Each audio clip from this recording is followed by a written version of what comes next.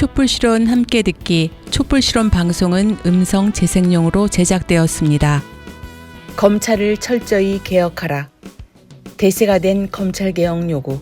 군부 세력을 대체하며 권력의 중심에 등장한 검찰은 법복을 입지 않았지만 법관처럼 군림해왔다. 수사권과 기소권이라는 무소불위의 권력을 손에 쥔 검찰은 조작, 공작 수사를 일삼으며 독재 권력에 부역하고 민주정부를 위협했다.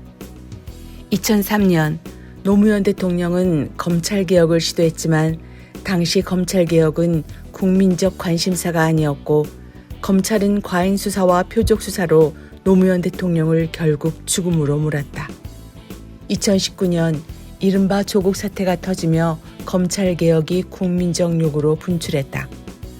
박근혜를 탄핵시킨 국민들의 주권의지가 표출된 것이다. 하지만 문재인 정부는 이를 제대로 해결하지 못했고 윤석열은 검찰 쿠데타로 정권을 찬탈했다.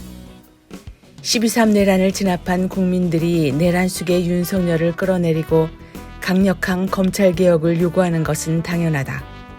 국민들의 주권의지는 과거와 비교할 바 없이 높아졌다. 예전에는 검찰과 사법부가 얘기하면 사정이 있겠지 하고 넘어갔지만 지금은 하나하나 따져보고 정확하게 평가한다. 또 이러한 요구를 실현하는 촛불광장이 굳건하게 자리를 잡고 있기 때문이다. 주권자 국민의 요구는 이재명 정부의 검찰개혁 정책 전환. 지금 검찰개혁에 대한 국민의 요구는 분명하다. 검찰개혁과 내란 청산을 약속하고 출범한 이재명 정부에게 검찰을 철저히 개혁하라는 것이다.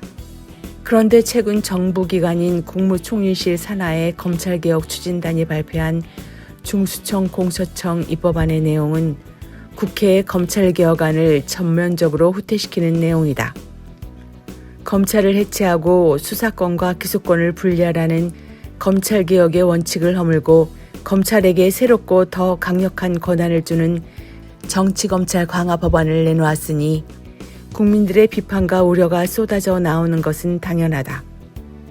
이런 우려에 대통령이 빈대 잡는다고 초가상간 태우면 안 된다. 소수 문제 있는 검사 때문에 모든 검사를 죄인 취급하면 안 된다는 이야기를 하니 국민들은 도무지 납득할 수 없다. 더구나 정부와 집권 여당에서 3월 안에 이 법안을 처리하겠다고 밝히기까지 했다. 검찰개혁이 자초될 위기 상황인 것이다. 그래서 국민들이 강력하게 정부가 철저히 검찰을 개혁하라며 정책 전환을 요구하고 있다. 정부와 집권 여당은 검찰을 철저히 개혁하라는 민심을 받들어야 한다. 이재명 정부 출범 후 첫 법무 검찰 인사 때부터 국민들은 우려를 표했다. 윤석열의 호위무사를 자처한 정치검사들이 대통령실과 법무부 요직에 임명되니 검찰개혁을 가장 중요한 개혁과제로 인식한 국민들의 우려는 당연했다. 그래서 국민들은 정치검찰 해체를 위해 인사청산을 하라고 요구한 것이다.